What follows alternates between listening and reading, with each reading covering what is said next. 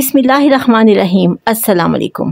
آج کی کہانی سمانتھا کی ہے، ایک ایسی لڑکی جو اسلام سے نفرت کرتی تھی، اور جب اسلام کی سچائی اس پر آشکار ہوئی تو اس نے خدا سے نشانی مانگی، ایک واضح نشانی، اور پھر اللہ کی طرف سے ایک ایسا اشارہ آیا کہ وہ حیران رہ گئی، اور پھر سمانتھا سے سائرہ بن گئی۔ سمانتھا نے ایک ایسے گھر میں آنکھ کھولی تھی جو خدا کے وجود سے ہی انکاری تھا، یعنی وہ ایتھیسٹ تھے، بلکہ ان کا سارا خاندان ہی ایتھیسٹ تھا۔ ان کے گھر میں خدا اور مذہب کا کوئی ذکر نہیں ہوتا تھا۔ اگر آپ ایسی سچی کہانیاں جاننے کا شوق رکھتے ہیں تو ہمارے چینل کو ضرور سبسکرائب کر لیں اور بیل آئیکن کو بھی پریس کر دیں۔ وہ یوکے کے شہر لیسسٹر میں رہتی تھی۔ اس شہر میں مختلف کلچر اور مذاہب کے لوگ آباد تھے۔ آپس میں دوستی ہونے کی وجہ سے وہ ایک دوسرے کی تقریبات میں بھی جاتے تھے۔ سمانتھا کی بہت سے عیسائی، ہندو اور سکھ لڑکے لڑکیوں سے دوستی تھی۔ ان کے گھروں میں بھی آنا جانا تھا۔ اس نے ان کو اپنی اپنی عبادات کرتے بھی دیکھا تھا۔ اس طرح ان کے مذاہب کے بارے میں وہ کچھ نہ کچھ تو علم رکھتی تھی، لیکن مسلمانوں سے وہ دور ہی رہتی تھی۔ اس کی وجہ وہ منفی پروپیگنڈا تھا جو ان کا میڈیا ہر وقت پھیلا رہا تھا۔ جب وہ 21 سال کی ہوئی تو اس نے سڑک کنارے ایک مسلمان لڑکے کو قرآن ہاتھ میں تھامے ہوئے لوگوں کو اسلام کی دعوت دیتے ہوئے دیکھا۔ یہ دیکھ کر اسے بہت غصہ آیا۔ سوچا میں ابھی اس کو سبق سکھاتی ہوں، اور بہت ہی تلخ لہجے میں اس سے پوچھنے لگی، تم لوگ بم دھماکے کیوں کرتے ہو؟ غزہ اور شام میں کیا ہو رہا ہے؟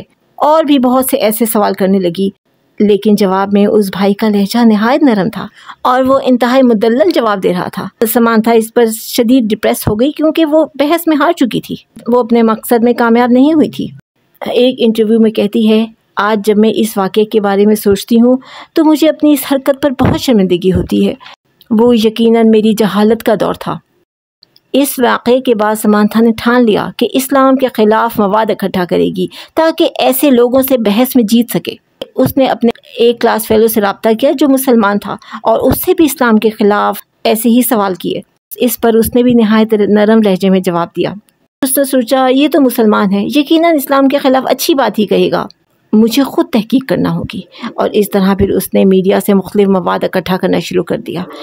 لیکن پھر وہ اپنی زندگی میں بہت مصروف ہو گئی اور اسلام کے خلاف ریسرچ کرنے کو بھلا دیا، اور اسی طرح کئی سال گزر گئے، لیکن اس کے دل میں اسلام کی نفرت کم نہ ہوئی، اور پھر اس کی شادی ہو گئی۔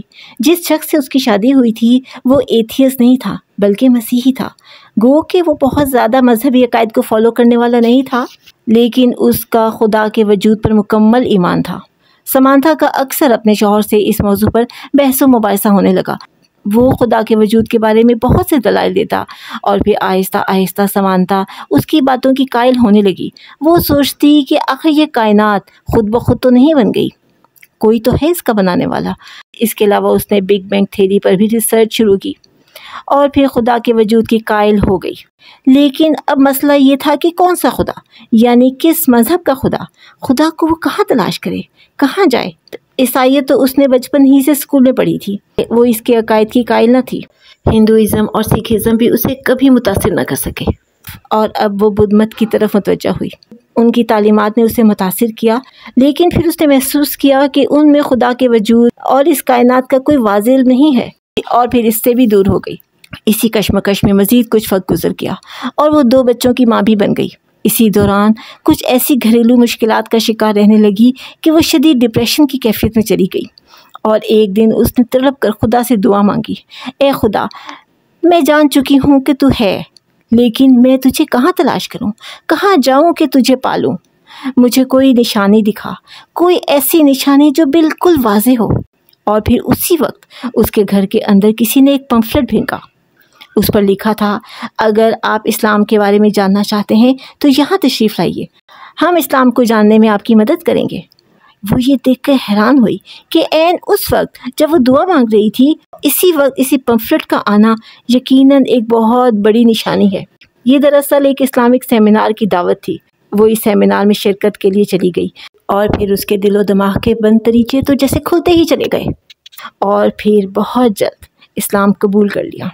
اس بارے میں وہ کہتی ہے، لوگ سمجھتے ہیں کہ میں نے اسلام قبول کرنے کے فیصلے میں بہت جلدی کی، ایسا نہیں ہے، میری تو پوری زندگی اس پر محیط ہے۔ میں تو کئی سالوں سے مذاہب پر تحقیق کر رہی تھی، اور پھر اس کے بعد اس نے اپنا نام سائرہ رکھ لیا۔